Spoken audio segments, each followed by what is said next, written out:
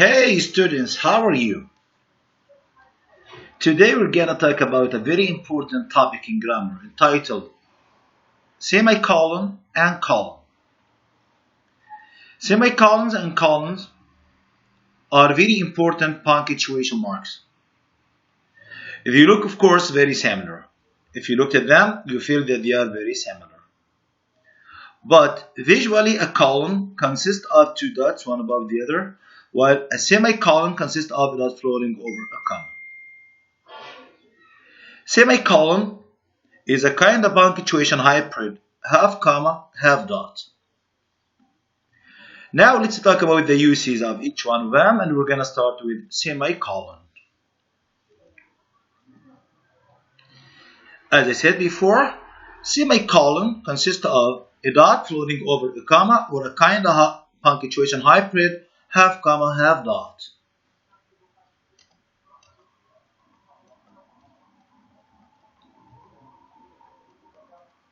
Let's see, guys. Semicolon is used to join related independent clauses. First of all, I'd like to ask you a question. What is an independent clause? An independent clause is a sentence that has a subject and a verb and expresses a complete thought. Look here at this example. We explored the dialect together. Here we have an independent clause having a subject and a verb and expresses a complete thought. Look at the second sentence here. We were amazed at all the uses and junk we found there. Here we have what, guys? A subject and a verb, and in the sentence expresses a complete thought. So we have two independent clauses here. We can join them together using semicolon or semicolon. Let's go, guys, to the second example. Second-hand smoke can be fatal. Experts believe it causes many deaths. Here we have two independent clauses joined together using a semicolon. But mister, do we have other ways to join two independent clauses? Yes, we have another way, in which we use a comma and a coordinating conjunction, like the example below here. Look here, I studied hard and I got high marks. Here we have two independent clauses joined together using a comma and a coordinating conjunction. What are the coordinating conjunctions? The coordinating conjunctions are and, but, for, nor, or, so, or yet. So again, guys, to summarize what I said here in this rule, if you have two independent clauses that are related to each other, we're gonna use what? A semicolon to join them together. Or we have another way to join what? Two independent clauses together. We can use a comma and a coordinating conjunction. Let's go to the second rule.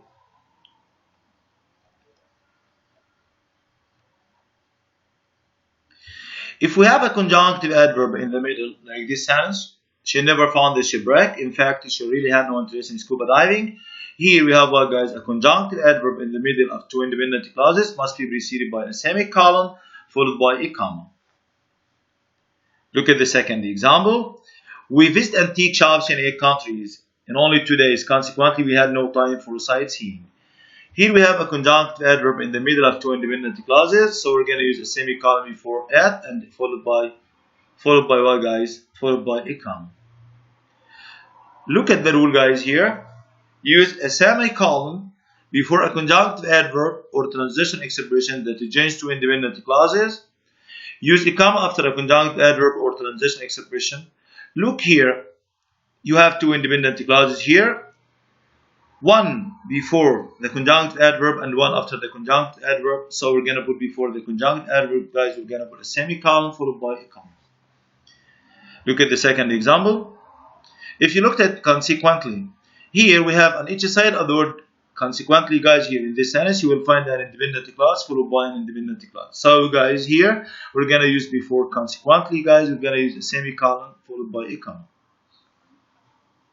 Here, it's different, by the way. Although we have a transition expression here in this sentence, but the transition expression here interrupted the flow of the sentence. We have only one independent clause here, guys, in this sentence. So, however, here interrupted the sentence. It must be preceded by a comma and followed by a comma. And however, here the transition expression is what, guys? A sentence interrupter. A sentence interrupter, interrupting the flow of the sentence. Look here at this note. Use a semicolon only where when there is an independent clause on each side of the conjunctive adverb or transition expression. Also, guys, I made for you guys the definition of conjunctive adverb. Conjunctive adverbs are adverbs that are used as conjunctions that join two independent clauses or more. Transitional expressions are expressions that connect one independent clause with another one. Also, guys, I listed for you the conjunctive adverbs and the transitional expressions that are written in your book in order to study them easily. Okay? So I'd like you guys to have a look at them. You're going to get benefited from this slide. When you read them from the slide, okay, it will help you a lot. It will save your time. It will save your time. Now we're going to go to another important rule that always confusing students. Using semicolon to avoid confusion. Here, if you looked at the sentence before explaining the rule, second-hand smoke called person include tar, a product of smoke, nicotine, a carcinogen, and the people who choose to smoke. Here we have what, guys, here in this sentence.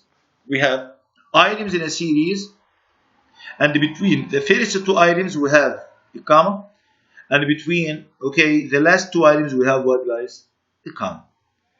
And after smoke, okay, if we try to put comma after smoke and the carcinogen, we're gonna have a lot of commas here in the sentence, and you're going to get confused. So we divided putting the semicolon here after two items, after smoke here, and after carcinogen. Why, guys? In order not to get confused, because if you use so many commas here in the sentence, you're going to get confused. So, guys, use a semicolon to join two items in a series if one or more of the items already have commas. Now, let's go, guys, to a colon. As I said before, a colon and the semicolon are very important punctuation marks. They look very similar, but visually we can distinguish them. Here, a colon consists of two dots, one above the other.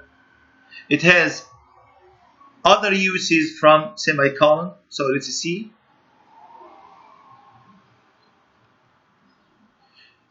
You've got to know, by the way, guys, that a colon is always coming after an independent clause. If you have an independent clause followed by a series of words, a series of items, at that time you can put a colon before the series of items. But you must first, the condition is, you must have an independent clause. The effects of second-hand smoke are serious. You have items in a series after the independent clause. The effects of second-hand smoke are serious. We have here cancer, heart disease, and the respiratory infection. We can apply the rule, what, guys, of using commas on the items here. After cancer, we're going to put a comma. After heart disease, we're going to put a comma here. But after serious here, okay, we're going to put column because we have what? An independent clause before the items of a series. Use a column after an independent clause to introduce a list of items. Use commas to separate three or more items. Note, do not use a colon after a verb or a preposition. Here, if you look here at this sentence, guys, you have here what? Veronica always orders. After orders, we have colon. Orders is a verb. And the rule says that do not use a colon after a verb. So here we have what, guys? A mistake. We have a flaw here in punctuation. It must be omitted. Like, okay, the sentence down. Veronica always orders soup, salad, and dessert. Let's go to another rule. If you have what, guys, a long formal quotation between inverted commas preceded by an independent clause, so you're going to put before, as we can say, the quotation, we're going to put a colon. Our president made a great decree. Students are not going to attend school unless World Health Organization finds a cure for coronavirus. Look at this formal quotation. It's coming after an independent clause, so we must have here in that place a column before what, guys? Before the formal quotation that is put between inverted commas. The formal quotation here: students are not going to attend school unless World Health Organization finds a cure for coronavirus. So let's go to the rule. Use a colon to introduce a long or formal quotation.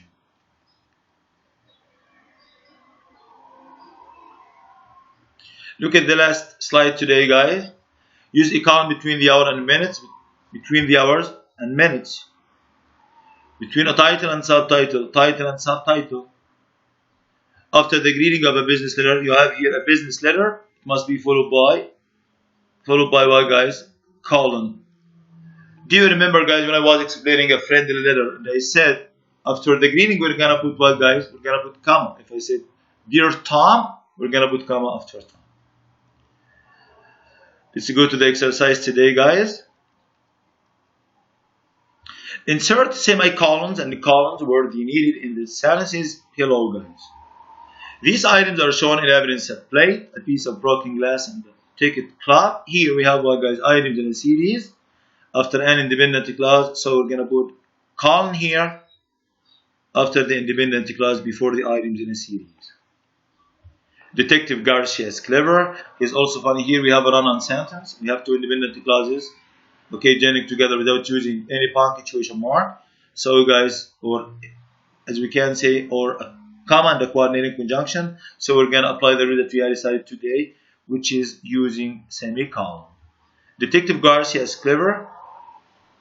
Semicolon is also funny. Do we have other way to join these two sentences? Yes, we can say Detective Garcia is clever, comma, and is also funny. Thank you, guys, for today. Hoping to find my videos really enjoyable. If there is any problem, you can contact me on my email or you can call me on my mobile phone. I hope you like my videos. Okay, just click like and subscribe. Thank you, guys.